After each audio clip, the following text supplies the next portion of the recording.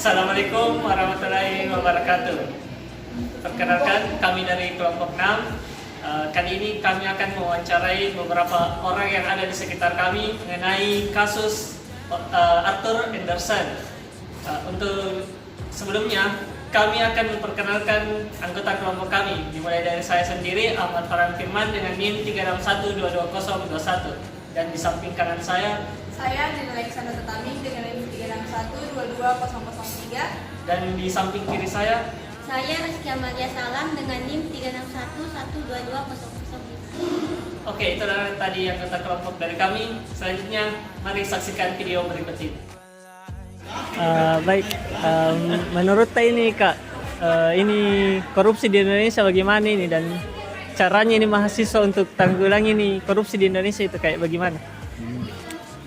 Menurutku korupsi di Indonesia ini masih marak terjadi ya, karena bahkan di desa-desa itu terjadi korupsi. Nah, sebagai mahasiswa, untuk diri kita sendiri saja toh kita harus sadar bahwa korupsi itu sebenarnya tidak menguntungkan sekali.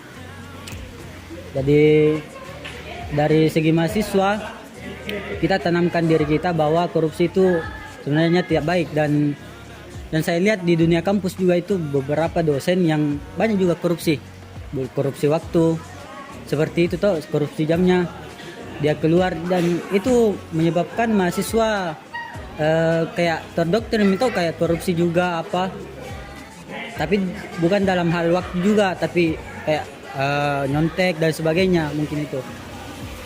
Jadi cara penanggulangannya itu kayak ditanamkan memang dari diri sendiri, Kak? Dari diri sendiri dulu toh. Terima kasih, Kak. Baik, bagaimana menurut Anda dampak korupsi terhadap kehidupan masyarakat?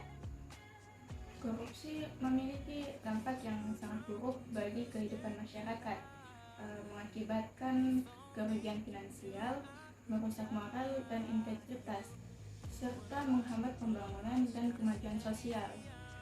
Korupsi juga dapat mengakibatkan ketidakadilan dan diskriminasi, karena hanya beberapa pihak saja yang mendapatkan manfaat korupsi, tapi banyak yang merugikan orang lain. Oleh karena itu, penting untuk melakukan pencegahan dan pemberantasan korupsi agar tercipta kehidupan yang adil dan sejahtera bagi seluruh masyarakat. Baik, mungkin ada satu pertanyaan lagi. Bagaimana tanggapan Anda jika ada seorang dosen ataupun mahasiswa yang melakukan korupsi di lingkungan kampus seperti mengambil dana kas dan lain-lain sebagainya? Saya sangat menentang tindakan korupsi apapun, termasuk di lingkungan kampus, karena melanggar hukum dan merugikan orang lain.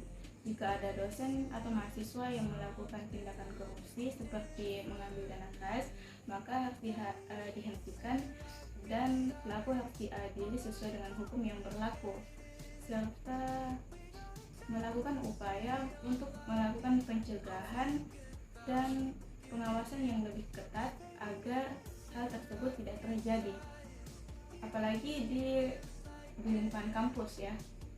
Baik, terima kasih. Menurut kakak, apa yang tanggapan kakak tentang manipulasi yang dilakukan oleh Arthur Andersen dan moral dan hukum yang dilakukan oleh Arthur Andersen? Oke, bisa jawab ya. Jadi Arthur Andersen itu melakukan manipulasi keuangan ya. Jadi di situ dia melanggar hukum, kemudian melanggar etika, dan tentunya melanggar moral.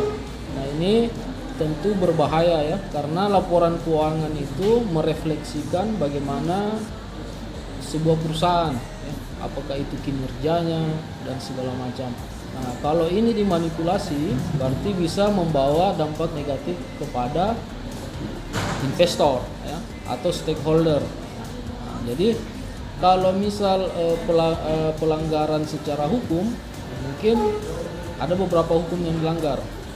Kalau secara moral, tentu saja moralnya dilanggar, karena itu menipu orang-orang ya. Nah, jadi menipu orang, menipu investor, stakeholder, segala macam dengan manipulasi laporan keuangannya itu. Nah, kalau dari etika sendiri tentu kita sebagai akuntan, Arthur Andersen sebagai kantor akuntan publik, tentu ada etika profesi di dalamnya yang dilanggar. Dan tentu ini harus menjadi perhatian khusus.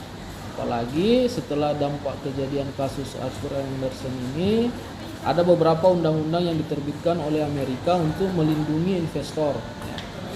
Ada SOX Act ya, tentang hukum undang-undang tentang bagaimana internal control harus ada dalam sebuah perusahaan yang listing di publik. Jadi tanggapan saya itu melanggar hukum, tentu saja melanggar etika dan pasti melanggar moral. Jadi itu manipulasi harus dihindari dan tidak boleh dilakukan oleh semua profesi, khususnya akuntansi dalam hal manipulasi laporan keuangan. Oke, itu tanggapan dari saya ya. Audio Jungle.